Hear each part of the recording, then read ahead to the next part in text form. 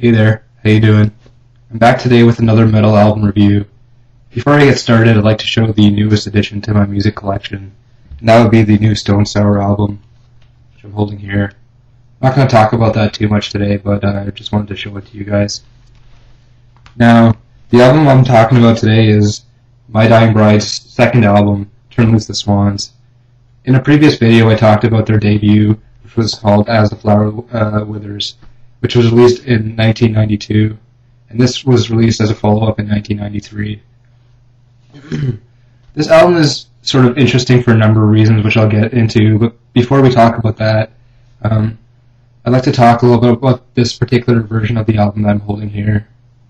Now, you can see on the back we have these nice little images for the 7 main tracks of this release, and down here we have 3 bonus tracks, which were added on later on, sort of in this re-release of this particular album, which I kind of liked. It's always nice to have those bonuses in there, and I'll get to those as I'm talking about the different tracks and sounds here.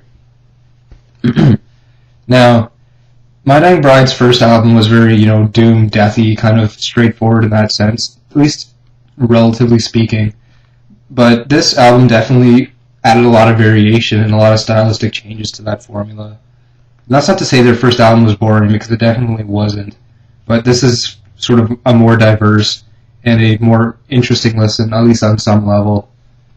Now, what you'll notice first when listening to this is that in the opening song, Steer Me 1993, you'll definitely hear that it's a completely clean song, so to speak, with sort of spoken lyrics and violins and piano keyboard type influences in there as well. So this is definitely a fresh idea that's used by the band and wasn't really present in their first full-length release. This is a concept that comes up again on Black God, which also features female vocals. Another new throw in here. You can definitely see there's a lot of new elements here that they use to keep their sound fresh, interesting, and evolve it, over time.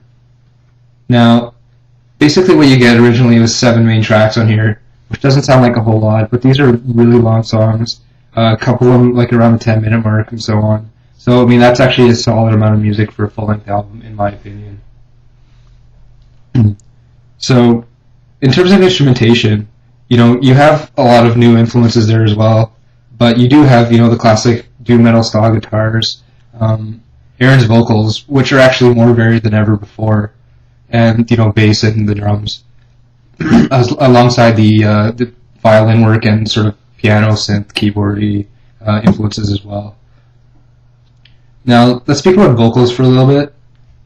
Like I mentioned, there's some spoken vocals on here, then there's the female vocal introduction.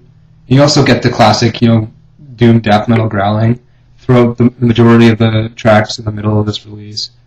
In addition to that, what you do get is, slight variations between the two ends of the spectrum. It's not always a clean-cut part between, spoken vocals and growling. There's some kind of singy parts in there as well. Not too many, but you'll encounter them every so often. Such as on The Crown of Sympathy, that's a good example of that. The guitar work on here is actually quite excellent, and what I found while listening to this release was that the guitar and the violin sort of mirror each other quite a lot, and the interplay between those instruments is excellently done, and it's one of the highlights of this particular album, in my opinion. Now, one thing that's unfortunate is that maybe the bass player isn't really, featured as much as you'd like, and he does sort of fall into that background, doom sludge sound on many of the tracks, which is alright, that's part of the genre, I guess, but it would be nicer if he was maybe featured a little bit more on those. And the drummer actually does quite a good job of keeping the songs interesting, especially in the slower parts. What I found to be very fascinating on repeat listens was that you would pick up on drum fills and those little tricks that you maybe have not heard on the first listen or the second, and so on. Now, he does that especially on these slower parts to keep them interesting and play around the tempo to keep, some variation between the guitar lines and the drumming, which is, a nice thing to throw in here. Okay, so that basically covers the instrumentation. So I'm going to talk about the songwriting and that aspect a little bit here as well. Now, one thing that was definitely introduced on this particular release was the element of storytelling that is found on many later My Dying Bride songs as well, such as, say, The Prize of Beauty, Catherine Blake, and various other songs. You know, it's quite a key element in their music writing process, and to me it came out really through the title track here, Loose the Swans. You can definitely hear that, you know, Aaron goes through sort of a storytelling motif there, and it works quite well. It keeps the listener very interested, even for a song that's, you know, 10 minutes long. It makes the time pass a little bit faster, so it's a nice addition here. Something that was not quite as well featured on the debut album, partially because of the harsher vocal style. Another thing to note on this particular release is that the transitions between different sections of the songs were fairly well done. A couple of good examples of this were, to say, the introduction on Your River, which goes through a number of distinct guitar riffs and actually goes for about 4 minutes before the actual vocals and the main core of the song kicks in. Now that's a significant amount of time, seeing as, you know, many pop songs are not even that long in their entire length. So that's definitely something to note here, and it's worth noting. And that's definitely a key element in other tracks as well, specifically The Snow on My Hand and To Loose the Swans. They definitely have that certain flow to them, especially on the title track again, flowing from the more melodic introduction into the heavier bits, even to the death metal style in there for certain sections. It's quite well done in terms of the flow. The only place I found this to falter a little bit was on the Songless Bird. I mean, I do enjoy this song, but some parts felt kind of like cut and paste a little bit, so I think they could have smoothed that out a little bit more, but I mean, this is early experimental stuff still, and that's not really much of a criticism in my opinion.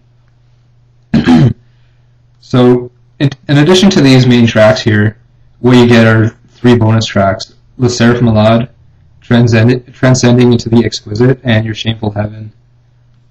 Now, the first 2 are sort of almost industrial-sounding, kind of atmospheric songs, and I did prefer the first over the second, mostly because it maintained that atmosphere more and wasn't quite as repetitive. Transcending into the Exquisite was interesting and used some very sort of industrial effects and that sort of thing, but I found that it repeated itself a little more than I would have liked to have heard on here.